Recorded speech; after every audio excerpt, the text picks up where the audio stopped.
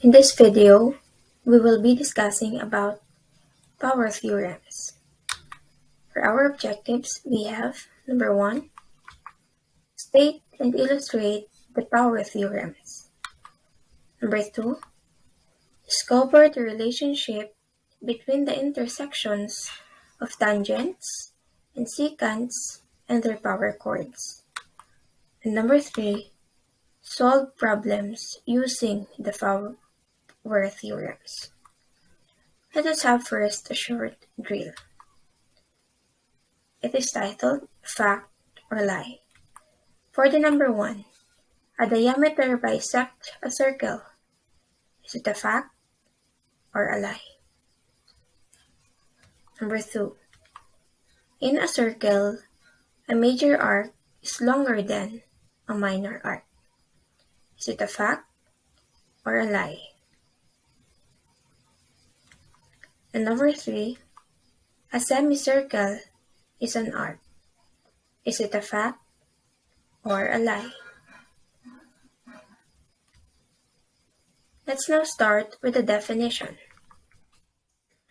The relationship of point to two intersecting lines and a circle is referred to as power, which was used by Jacob Steiner in 1826.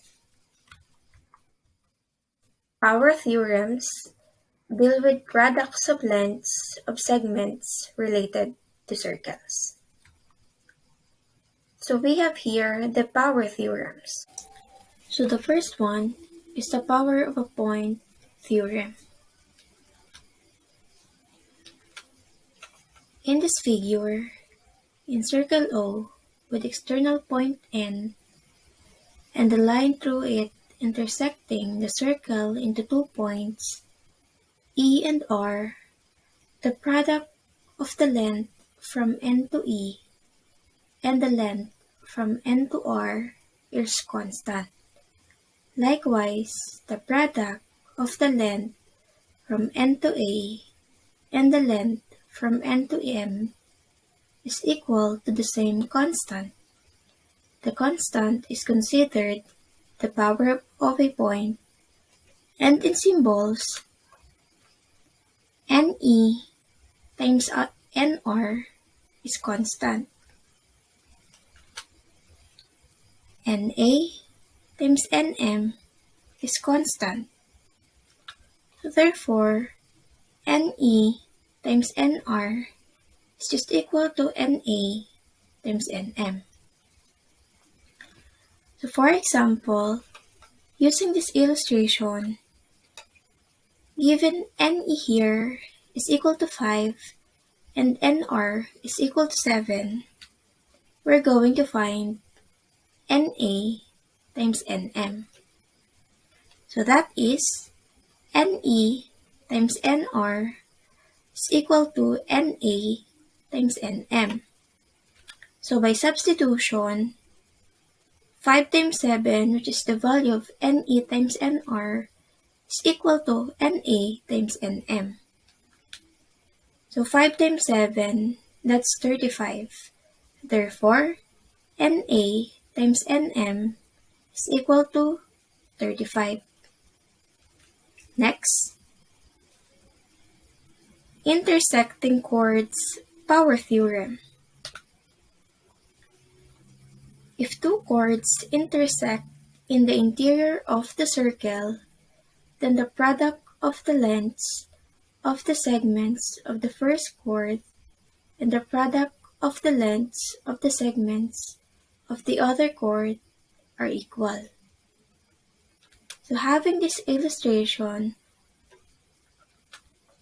in this circle, if fx here and gy are chords intersecting at an exterior point of the circle which is h, then if h times xh is just equal to gh times yh. So for example, given AP here is equal to 6, CP is equal to 4, and DP is equal to 9, find PB. So that is AP times PB is just equal to CP times PD. So by substitution, that's 6, which is the value of AP, times PB is equal to 4, which is the value of CP, times 9, which is the value of PD. So that is 6PB is equal to 36. And divide both sides by 6. Our PB here is equal to 6. So next we have secant segments power theorem. If two secant segments intersect at the exterior of the circle, then the product of the length of the first secant and the length of its external segment is equal to the product of the length of the second secant and the length of its external segments. So using this illustration, in circle O, if BL and VQ are secants intersecting at an external point V, then VM times VL is just equal to VN times VQ. So for example here, find the value of x in the given figure. So that is 4 times x plus 4 is equal to 6 times 9 plus 6. So that is 4 times x, that's 4x. 4 times 4, that's 16. Is equal to 6 times 9, that's 54. And 6 times 6, that's 36. So combine like terms, that is 4x is equal to 74. Divide both sides by 4, our x is 18.5. So next, tangent secant power theorem.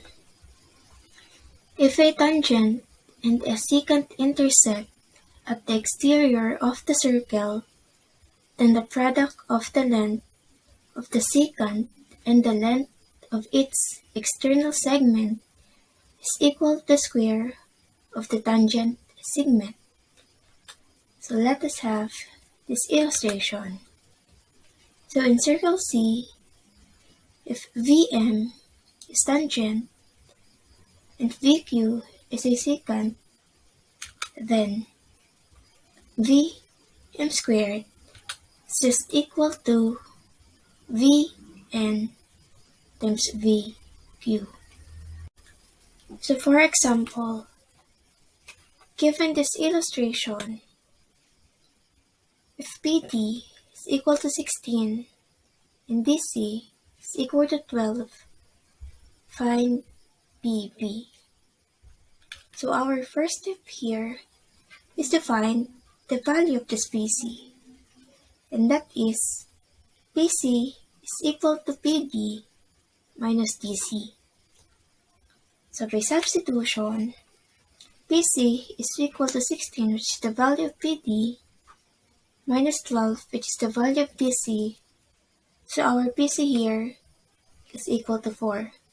Since we already have the value of this PC and the value of PD, we are now ready to find the square of this PB. So that is, the square of PP is equal to PC times PD. So by substitution, PP squared is equal to 4, which is the value of PC, times 16, which is the value of PD. So that is, PP squared is equal to 64. Square both sides, our PP here is equal to 8. So since you already know the different power theorems, you are now ready to answer Activity 16, Power Theorems, and Activity 17, Basics of Circles. So that ends our learning package 5.